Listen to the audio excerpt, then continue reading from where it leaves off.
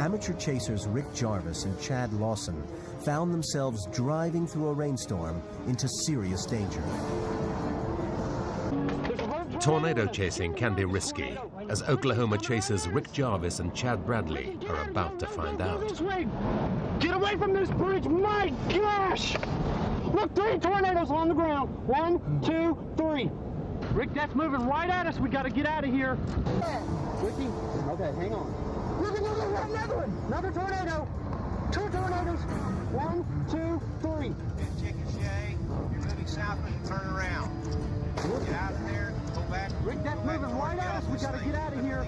Because Rick thinks they can drop anywhere at any time right now. To the southwest, turn around. We're at the northeast side of... Go! Ricky, oh my gosh. Ready? Rick, I'm getting nervous. This is bad. Look at that! Rick, you just Ready? go. Ready? Yes. Be careful. Oh, wait a minute. Be careful, Ricky.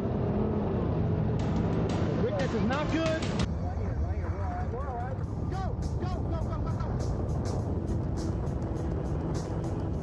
Finally realizing the danger, arguing chasers Rick and Chad spun their car around and escaped from the scene.